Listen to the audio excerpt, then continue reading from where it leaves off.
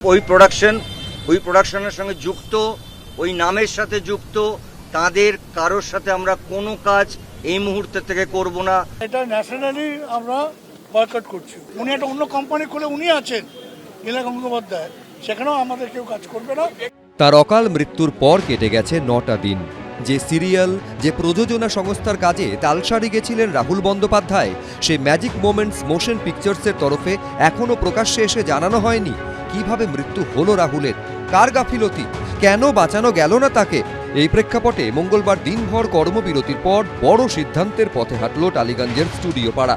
স্পষ্ট জানিয়ে দেওয়া হলো, যতক্ষণ না পর্যন্ত ম্যাজিক মোমেন্টস মোশন পিকচার্সের তরফে প্রকাশ্যে রাহুলের মৃত্যুর কারণ জানানো না হবে, ততক্ষণ প্রোডাকশন হাউস কিংবা তার অন্যতম প্রধান কর্মকর্তা লীনা গঙ্গোপাধ্যায়দের সঙ্গে কোনো কাজ করা হবে না।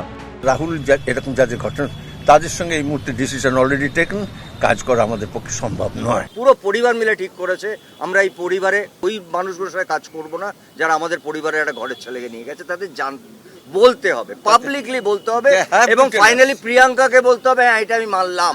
যতক্ষণ না নয় পাবলিকলি বা কোর্ট থেকে আমরা জানতে পারি যে আমাদের রাহুল, আপনাদের রাহুল কি করে আমাদের ছেড়ে চলে গেল। স্বজন হারানো শোক বুকে নিয়েই শনিবার বিচারের দাবিতে পথে নামেন রাহুলের সতীর্থরা। প্রথমে রিজেন্ট পার্ক থানায় 0 এফআইআর দায়ের করে আর্টিস্টস ফোরাম। রাতে ওড়িশার তালসারি মেরিন থানায় এফআইআর দায়ের করেন প্রয়াত অভিনেতার স্ত্রী প্রিয়ঙ্কা সরকার। জোড়া এফআইআরেই নাম ছিল ম্যাজিক মোমেন্টস মোশন পিকচার্স সংস্থার 2 ডিরেক্টর শৈবাল বন্দ্যোপাধ্যায় ও লীনা গঙ্গোপাধ্যায়ের। রবিবার সুরক্ষার দাবিতে অনির্দিষ্টকালের জন্য কর্মবিরতি ঘোষণা করা হয়। মঙ্গলবার কর্মবিরতি হলেও টেকনিশিয়ান স্টুডিওতে ধরা পড়ে চূড়ান্ত ব্যস্ততা। কখনো আর্টিস্টস ফোরাম নিজেদের মধ্যে, কখনো ফেডারেশন, তো কখনো ইম্পার সঙ্গে দফায় দফায় বৈঠক করে। চ্যানেলের তরফে কেউ উপস্থিত না থাকলেও ছিলেন টেলিভিশনের প্রডিউসাররা।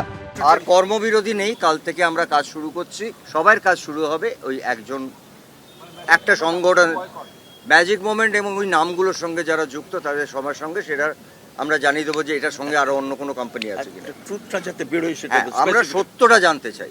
রাহুলের মতো আর কারুর যাতে প্রাণ না যায় তার জন্য বিস্তারিত আলোচনা হয়। আশা করছি আগামী 10-15 দিনের মধ্যে ফাইনাল এসওপিটা আপনাদের সামনে আমরা তুলে ধরতে পারবো। এটা খুব দুঃখজনক, আর সব থেকে বেশি বলবো আমি লজ্জাজনক ঘটনা যে আজকে রাহুলের মতো একজন শিল্পী, একটা বড় মাপের অভিনেতাকে আমরা হারানোর পরই কথাগুলো বলছি আর কি। এসওপি তৈরি করার, প্রোটেক্টিভ মেজার্স, মানে প্রোটেক্টিভ প্রোটোকলস যেগুলো ফলো করা উচিত সেটা এমনি করা উচিত ছিল। এই জিনিসগুলো কেন আমাদের এতদিন সময় লেগে গেল কাউকে হারানোর পর, মানে সেটা আমার একটা ভিতরের প্রশ্ন। যতক্ষণ না আমাদের একটা বিরাট কোনো ক্ষতি হয়ে যাচ্ছে আমরা তো মাথাচাড়া দিয়ে বসি না, আমাদের কিছুই আমরা ভাবি না। রাহুলের জীবনের বিনিময়ে স্টুডিও পাড়ায় কি সকলের জন্য সুরক্ষা নিশ্চিত করা যাবে? কৃষ্ণেন্দু অধিকারী, মনামি রায়, সন্দীপ সরকারের রিপোর্ট, এবিপি আনন্দ। যারা যারা ব্যান্ড আছে তাদেরকে 72 ঘন্টার মধ্যে বুম্বাদা কি করবে, স্বরূপের সাথে কি কথা বলবে সেটা তাদের ডিসিশন। হঠাৎ করে দেব যে প্রস্তাব করলেন 72 ঘন্টার মধ্যে উঠিয়ে দেবে, সেটা যদি আজ থেকে 1 বছর 3 মাস আগে এসে উনি বিষয়টি নিয়ে আলোচনা করতেন তাহলে ভালো লাগতো। রাহুলের মৃত্যুর প্রতিবাদে সত্য উদ্ঘাটনে একজোট। প্রযোজক সংস্থা ম্যাজিক মোমেন্টস এবং তাদের প্রধান কর্মকর্তা লীনা গঙ্গোপাধ্যায়দের সঙ্গে কাজ না করা নিয়ে একজোট। কিন্তু যে পরিচালক অভিনেতাদের বহু আগে থেকেই কার্যত ব্যান করা হয়েছে তাদের নিয়ে মঙ্গলবারের সাংবাদিক বৈঠকে কার্যত অনৈক্য প্রকট হয়ে গেল।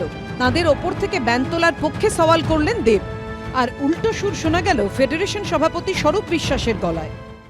আমাদের যে ডিরেক্টর, যে আর্টিস্টগুলোকে ব্যান করা হয়েছে, যেহেতু আর আমরা আর্টিস্ট ফোরাম বা ফেডারেশন নই, আমরা একটা ইন্ডাস্ট্রি, একটা ছাদ, এবারে অনেকগুলো আর্টিস্ট ব্যান হয়ে পড়ে আছে এবং অনেকগুলো ডিরেক্টর তারা ব্যান হয়ে আছে। বুম্বাদা আমাকে 72 ঘন্টা টাইম দিয়েছে, 72 ঘন্টার মধ্যে তারা আবার ফিরবে, সেটাই বুম্বাদা আমাকে কথা দিয়েছে।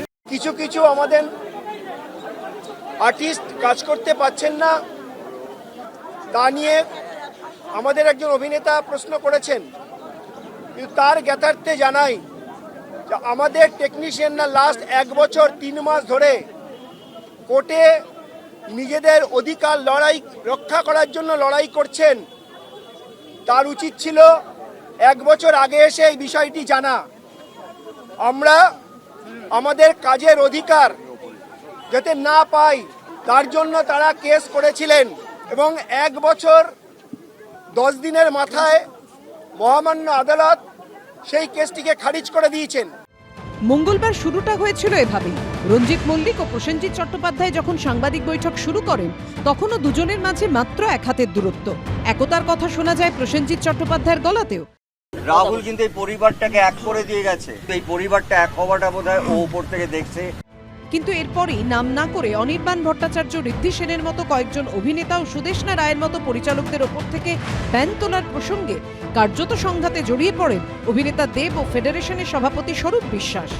আমাদের যারা আর্টিস্ট যারা কাজ করতে পারছে, কারণ একটা রাহুল চলে যাওয়াতে আমরা বুঝতে পেরেছি যে শুধু চলে যাওয়া নয়, কাজ না করতে দেওয়াও একটা একটা একটা এমন একটা কষ্ট, সেইটা আমার মনে হয় যাদের কাজ নেই তারা বুঝতে পারবে। তো সেই সিদ্ধান্ত আজকে নেওয়া হলো, 72 ঘন্টার মধ্যে তাদের ব্যানটা তুলে নেওয়া হবে বলে আমাকে কনফার্মেশন দিয়েছে। বলাটা অনেক সহজ, কিন্তু কাজটা করে দেখানো এবং কলাকুশলীদের পাশে থাকা অনেক বেশি জরুরি। কিছুদিন আগে টেকনিশিয়ানদের স্বাস্থ্যসাথী ঘিরে সংঘাতে জড়ান দেব ও স্বরূপ বিশ্বাস। মঙ্গলবার বিকেলেও ধরা পড়ল সেই ছবি। ঐশী মুখোপাধ্যায়, মনামি রায় ও কৃষ্ণেন্দু অধিকারীর রিপোর্ট, এবিপি আনন্দ। এবিপি আনন্দ, এগিয়ে থাকে, এগিয়ে রাখে।